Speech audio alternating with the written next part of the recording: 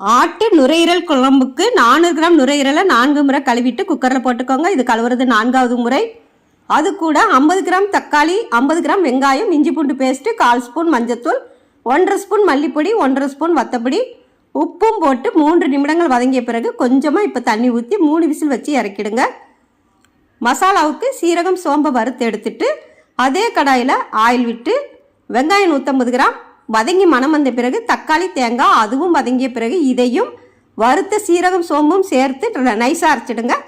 தாளிக்க 3 spoon oil விட்டு பட்டை, கிராம்பு, ஏலக்காய், சோம்பு, பிரிஞ்சி இலை பொரிஞ்ச பிறகு வெங்காயம், கருவேப்பிலை வதங்கி மணம் வந்த பிறகு 1/2 ஸ்பூன் வத்தப்பொடி போட்டுக்கோங்க. நல்ல மணமாக இருக்கும் குழம்பு. 1 நிமிடம் வரப்பட்ட பிறகு நுரையீரலில் இதை கொட்டிடுங்க. அரைச்ச மசாலா கழுவி தண்ணி கொஞ்சமாக ஊற்றி கலந்து விட்டுட்டு திரும்பவும் 2 விசில் வச்சு இறக்கிடுங்க.